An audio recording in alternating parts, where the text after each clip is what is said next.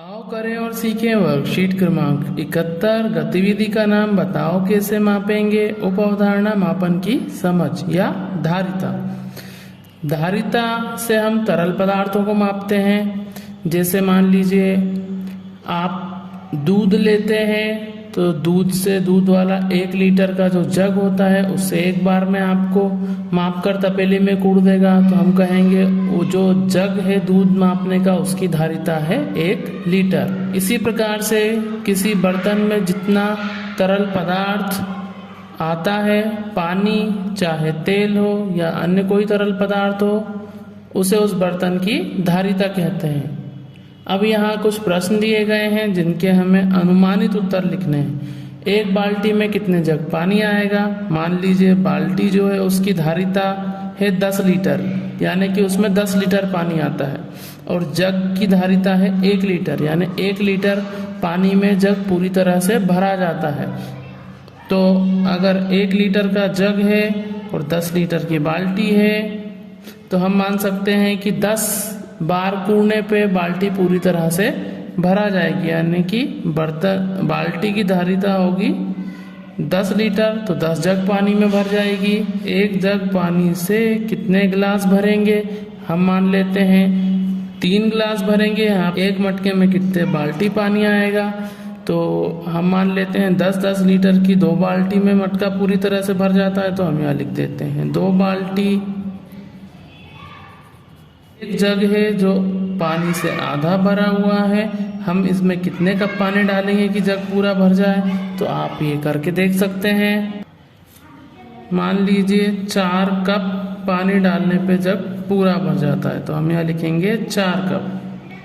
अब यहाँ पे अगला प्रश्न है, एक टंकी में 8 बाल्टी पानी आता है, यानी उस टंकी की धारिता जो है 8 बाल्टी है, जिसमें वह टंकी पूरी तरह से भर जाती है।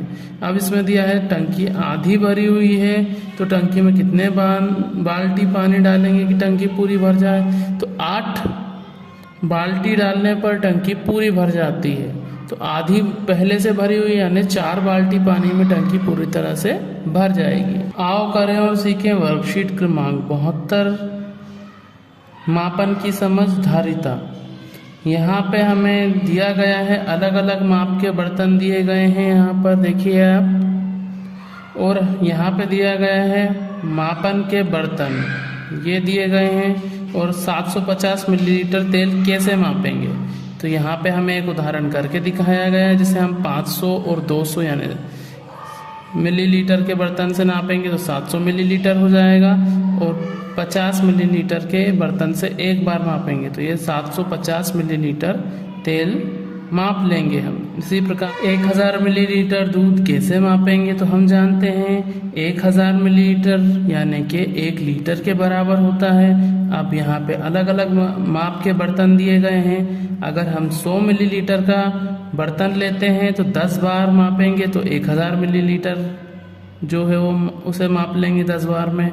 200 मिलीलीटर का बर्तन अगर हम लेते हैं तो 5 बार में 1000 मिलीलीटर को हम माप लेंगे, और 500 मिलीलीटर का बर्तन लेते हैं तो 2 बार में हम 1000 मिलीलीटर को माप लेते हैं। या यहाँ पे दिया गया है 1 लीटर, तो 1 लीटर का अगर आप बर्तन लेते हैं तो एक बार में ही आप 1000 मिलीलीटर दूध को माप लेंगे। तो इसमें से आपको जो भी तरीका अपनाना है या जो भी बर्तन लेना है उसके हिसाब से आप माप सकते हैं। अगला प्रश्न दिया है 800 मिलीलीटर पेट्रोल कैसे मापेंगे। तो इसके लिए यहाँ पे देखिए मैंने 500 मिलीलीटर के बर्तन से एक बार माप लिया, फिर 200 मिलीलीटर के बर्तन से माप लिया, और फिर 100 मिलीलीटर के बर्तन से माप लिया। तो इन तीनों का योग जो है 800 मिलीलीटर हो गया है। 500 मिलीलीटर एक बार 200 मिलीलीटर का बर्तन और एक बार 100 मिलीलीटर का बर्तन, योग कर लेते हैं हम 800 मिलीलीटर। 250 मिलीलीटर छाछ कैसे मापेंगे, तो एक बार हम 200 मिलीलीटर का बर्तन लेंगे और एक बार 50, क्योंकि हम जानते हैं 200 और 50 मिला के हो जाएगा 250, और बाकी को हम नील कर देते हैं। इस प्रकार से अन्य माप को भी हम कर लेंगे। 8 लीटर दूध कैसे मापेंगे, तो यहाँ पे आप 2 लीटर के जग से 4 बार में भी माप सकते हैं। 4 बार प्रयोग करेंगे तो 8 लीटर दूध जो है हम उसे आसानी से माप लेंगे। इसी प्रकार से अन्य जो हमें दिए गए थे मापने को हमने माप लिया है।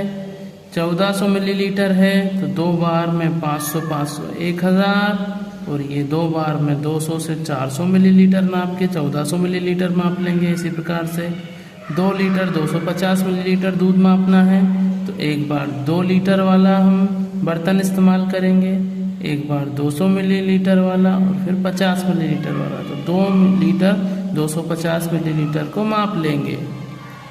इसी प्रकार से अन्य माप को भी पूरा कर लेंगे। लीटर 500 मिलीलीटर और एक बार लिया तो 700 मिलीलीटर और 1 लीटर 750 मिलीलीटर।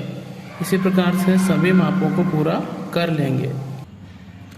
1 लीटर 1000 मिलीलीटर के बराबर होता है और 200 मिलीलीटर है तो 1200 मिलीलीटर हो जाएगा। 3000 मिलीलीटर यानी कि 3 लीटर। 237 मिलीलीटर और 5 लीटर 9 मिलीलीटर को हमें जोड़ना है तो हम इसको सबसे पहले लिख लेंगे। आपको लिखते समय ध्यान रखना है, लीटर को लीटर की सीध में लिखना है और मिलीलीटर को मिलीलीटर की सीध में लिखना है। यहाँ हमने लिख लिया है। 9 और 7 को जोड़ेंगे तो 16 का 6 हासिल 1, 3 और 1 4 और ये 2 का 2 और यहाँ पे 5 लीटर 246 मिलीलीटर है योग। इसी प्रकार से 36 लीटर 26 मिलीलीटर और 302 लीटर 128 मिलीलीटर को हमने लिख लिया है। इकाई के स्थान की तरफ से हम जोड़ना प्रारंभ करेंगे। 8 और 6 14 का 4 हासिल का 1, 2 2 4 और 1 5 और ये 1 का 1 ही आएगा। यहाँ पे 6 और 2 8, 3 का 3 और ये 3 योग आया 338 लीटर 154 मिली। करें और सीखें वर्कशीट क्रमांक 73। गतिविधि का नाम बताओ कब क्या करते हैं, दिन महीने वर्ष की समझ। 2022 का कैलेंडर देखें और निम्नलिखित प्रश्नों के उत्तर दें। तो आप बच्चों आपको यहाँ पे सन 2022 के कैलेंडर को रखना है और उसमें जो प्रश्न दिए गए हैं उन प्रश्नों के उत्तर लिखना है। जैसे है उन महीनों की सूची बनाओ जिनमें 30 दिन होते हैं, तो हम कैलेंडर में देख लेंगे। यहाँ पे हमने 2022 के कैलेंडर को देखकर सारी जानकारियाँ भर ली हैं। 30 दिन किन महीनों में होते हैं, तो अप्रैल जून सितंबर और नवंबर 4 महीने हैं जिसमें 30 दिन होते हैं। 31 दिन वाले 7 महीने होते हैं, जनवरी मार्च मई जुलाई अगस्त अक्टूबर और दिसंबर। फरवरी 2022 में कितने दिन हैं, तो 28 दिन हैं। जुलाई में कितने सप्ताह हैं, तो कैलेंडर के अनुसार 5 सप्ताह हैं। क्या सभी महीनों के लिए सही है, तो नहीं, ऐसा नहीं है, हर साल बदलाव आ जाता है। कौन से महीने में तुमने इस कक्षा की पढ़ाई प्रारंभ की,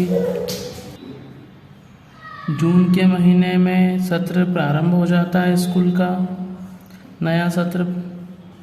2022 के कैलेंडर के अनुसार निम्नलिखित तिथियों के दिन को लिखना है, किस दिन है, तो 26 जनवरी बुधवार का दिन था, 5 सितंबर सोमवार का दिन, 18 फरवरी शुक्रवार के दिन रहा, 14 नवंबर को सोमवार था, 7 नवंबर सोमवार है, 22 दिसंबर गुरुवार का दिन रहेगा और 1 जनवरी को शनिवार था 2022 में।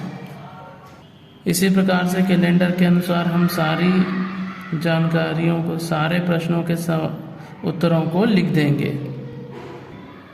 2 वर्ष पहले कौन सा वर्ष था, तो अभी चल रहा है 2022, तो 2022 में से हम 2 घटा देंगे तो आएगा 2020। किस वर्ष में तुम कक्षा 2 में थे, तो 2022 चल रहा है अभी, तो आप अभी 7वीं क्लास में हैं। 7 में से हम 2 को घटाएंगे तो 5, यानी 5 साल पहले का हमें बताना है, तो 2022 में से 5 को घटा देंगे 12 में से। इस प्रकार से आ गया 2017। अगला वर्ष कौन सा है, तो 2022 चल रहा है, उसमें 1 जोड़ देंगे तो 2023। अगली जनगणना किस वर्ष में होगी, तो जनगणना हर 10 वर्षों में होती है। पिछली जनगणना 2011 में हुई थी। इस हिसाब से 2021 में जनगणना होनी थी, लेकिन जनगणना नहीं हुई है और आगे कोई तिथि अभी निश्चित नहीं है, इसलिए कॉलम में हमने यहाँ पे डेज लगा दिया है।